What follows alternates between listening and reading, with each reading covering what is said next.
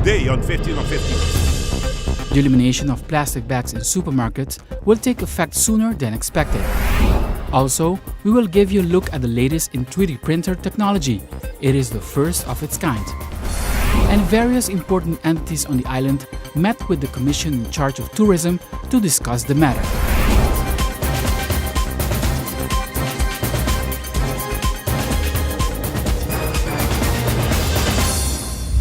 Hi and welcome to another edition of 15 on 15. Yentl is on vacation and I will be replacing her for the coming days. I am Yentl Lieuw.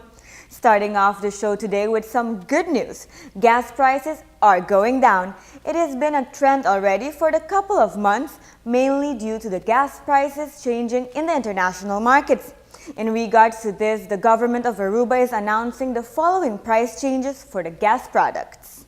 The changes as of February 10th are as follows. Unleaded premium gas is now 161.7 cents per liter. That represents a reduction of 7.1 cents per liter. Diesel is now 141.9 cents per liter, a reduction of 10.6 cents per liter. Meanwhile, kerosene becomes 131.1 cents per liter, a reduction of 13 cents per liter. All these prices includes BBO and health tax. So, take advantage while it lasts. Now switching over to the environment on the island, in the coming days, the Parliament of Aruba will be discussing the elimination of plastic bags in the supermarkets. If this bill is approved by all parties in the Parliament, then this new law might be implemented no later than July. Several members of the Environmental Commission formed by the Parliament got together once again to have a follow-up on an environmental bill proposed a couple of years ago to eliminate all plastic bags from supermarkets on the island. The situation of plastic bags has not improved, and every day more and more plastic bags are still visible everywhere around the island compared to other islands in the Caribbean. So looking into this matter, the Environmental Commission has decided to tackle this issue and see if they can get the majority of votes to make this bill a law. The Commission feels that it is the right time to pass this law in order to combat this phenomenon and make people more conscious in the usage of biodegradable bags at the supermarkets.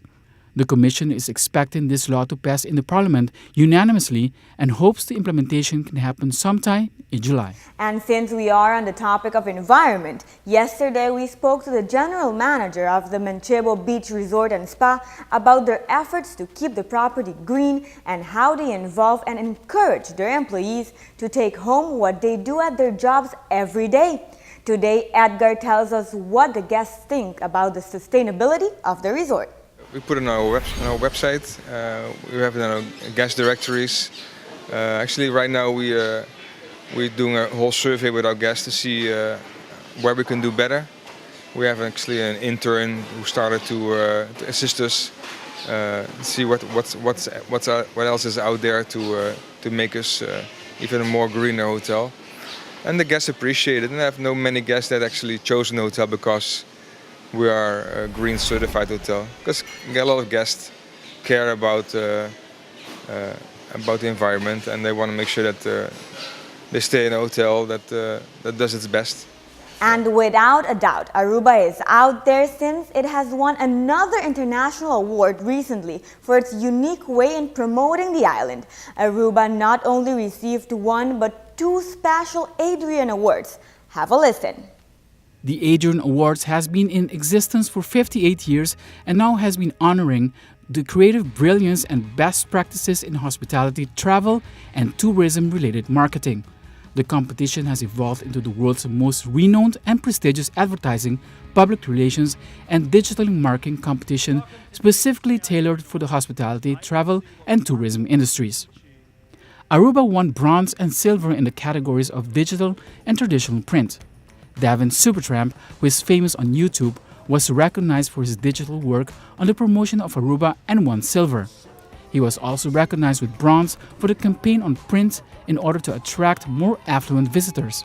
The categories recognize the excellent job done by the production of Davin Supertramp's online video of Aruba and how he used a unique, innovative, and creative way to allure the young crowd to the island. Aruba is one of the islands in the Caribbean with the highest percent of return visitors that average from 10 to 35 years and more. Devin Supertramp created 6 videos, 26 minutes each, in where he showed a different Aruba that looks much younger and fresher with unique adventures aimed at the young professionals. Each presentation showed the adventurous side of the island where the young crowd can enjoy. On the other hand, the goal of the print campaign was to attract the more affluent visitors, showing that Aruba has an exceptional setting for a perfect vacation, like beautiful spas, great culinary taste, and different experiences. The Aruba Tourism Authority is very proud of these 2 awards, and that is proof that their marketing strategies are working. The Adrian Awards dinner reception is set to take place in New York on February 23rd. We will have the details for you on the event. But before we go on a break, we would like to inform you that the star anchor of the NBC Nightly News has been suspended for 6 months without pay over his false story of coming under fire in a U.S. military helicopter in Iraq. According to Williams' statement, he thought that the plane that he was traveling on was under attack and he reported that accordingly. Meanwhile, the plane that was hit was the one in front of the one he was traveling with. Williams assumed his responsibility, but apparently all backfired after the military newspaper Stars and Stripes interviewed U.S. Army veterans who accused Williams on Facebook of making up combat experiences in Iraq. That perpetuated huge discussions on other networks as well, shredding Williams' reputation and letting the nightly news ratings plummet to the floor compared to other networks. Even though Williams apologized on the air, that did not help him on the list of the most trusted people in America, as his ranking dropped from number 23 to 835. Now that shows that in this media business, trust is key for a successful newscast. Well, we are taking a short break, but when we come back, we have this for you in our lifestyle segment. Take a look.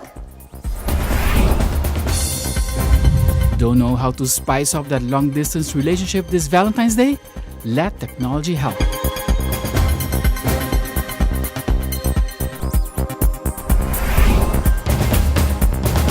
Thank you for staying tuned to 15 on 15.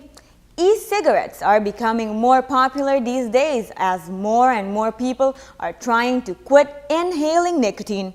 Even though electronic cigarettes seem to be much safer for your health, recently the Federal Aviation Administration issued a warning to airlines about fire risks from electronic cigarettes stored in checked luggage and is recommending that passengers bring them into the cabins instead. In several incidents, both inside and outside the transportation industry, e-cigarettes have overheated or caught fire when the heating element was accidentally activated. Last August, an e-cigarette in checked bag stowed in an airliner's cargo hold caused a fire that forced an evacuation of the aircraft. The danger may be increased when users modify and rebuild their reusable e-cigarette devices and interchange original and aftermarket batteries, heating elements, and vaporizing components. Earlier this month, at the Los Angeles International Airport, an overheated e-cigarette sparked a fire in a piece of luggage in the baggage area. 4 months prior to that, at Boston's Logan Airport, an e-cigarette in a passenger's bag caught fire in the cargo hold of a plane, forcing an evacuation. The FAA requires passengers to carry e-cigarettes and related devices solely in the aircraft cabin, where overheating or fire can be observed and handled more quickly. The agency encourages airlines to communicate this new policy to passengers as widely as possible through their websites, press releases, at ticket purchase, during the check-in process, and by the other established means to inform passengers about hazardous material, regulations, and policies.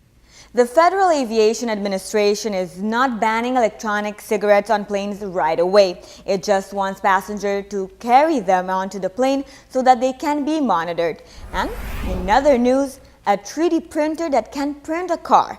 Well, that's a new one. A company named Local Motors based in Chicago claims it has made the first 3D printed car in the world. And yes, it drives. See for yourself. Taking just 44 hours to assemble, this is the world's first 3D printed car, and it can soon become a regular feature in garages around the world. The strati, which means layers in Italian, is made from ABS plastics that has been reinforced with carbon fiber. It was recently revealed at a car show in Chicago, Illinois, and its creator believed it could be widely available in 2016 for around $30,000. The electric car can reach about 40 miles per hour and travel for about 120 miles on a single charge. But as of yet, it is not allowed on motorways. So start making room in that garage. And moving on, Valentine's Day is close, but how about for those who are not physically close? The following tips might make that long-distance relationship a thing of the past. In this day and age of social media and video chats, of course, a space was also created for long-distance relationships to celebrate Valentine's Day, and here are 4 ways you can communicate and celebrate with your loved one even when you are kilometers away. Number 1. Skype is your best friend. How about a romantic dinner on Skype? That could make the loved one feel right across the table. Number 2. Send something in a mail, like a card or a package. Even better, personalize it. Number 3. Say it out loud. Use Skype instead of mail and read it out loud. Or even better, write a song and sing it to them over Skype so they can see the emotion behind. And last, number 4, surprise them. Much better meeting face to face. Go that extra mile. That definitely will make that significant other feel special and how much you care. Those are some good tips to keep the momentum going. Well, we'll be right back, so stay tuned. Coming up, the Commission in charge of tourism is using all resources to improve the quality of tourism on Aruba. The Commission in charge of tourism sat down recently with the Aruba Tourism Authority to discuss certain issues they had regarding tourism on the island. Now it's Ahata's turn. Some members of the Aruban Parliament also joined the meeting. Various entities on the island participated recently at a meeting organized by the Commission formed by various members of the Parliament that is in charge of tourism. Ahata shared its ideas and concerns regarding tourism on Aruba to other Parliament members as well that joined the meeting. It's my job, it's our job to make sure that the information continues to be shared, that we're all on the same page in understanding what has to happen to improve tourism in Aruba. And we're very grateful for the opportunity, and I'm sure that the chairman, Jennifer, will at some point arrange for another similar meeting. And we're part of the social dialogue, which operates at one level, and this is at the parliamentarian level. So we're very grateful for the opportunity, and I'm sure that in the future there'll be another one. Mr. Helpless says that criminality continues to be a major concern around the hotel area. We went down the number of the issues that we're obviously concerned about, and one of the primary attractions of Aruba to our visitors is the fact that it's seen to be a safe and secure place to visit by comparison with other places in the Caribbean. Unfortunately, over the years, the Caribbean has gained a reputation for being somewhat dangerous. And very luckily for us, Aruba really doesn't fall into that category, and we want to keep it that way. And that's the point that we're making, that we have to be very conscious of what it is to be a successful tourism destination, and providing a safe and secure environment for our residents as well as our visitors is absolutely critical. Mr. Ewell Beemans, who is the owner of Bukudi and Tara Beach Resort, was also present at the meeting and was very pleased with the effort that the Commission is giving to improve tourism on the island. I think it is informative for both sides. I think we made a lot of progress, and I think we're looking forward to some serious changes in some of the issues, and I'm very, very positive. Why is it so important to meet up with Parliament members?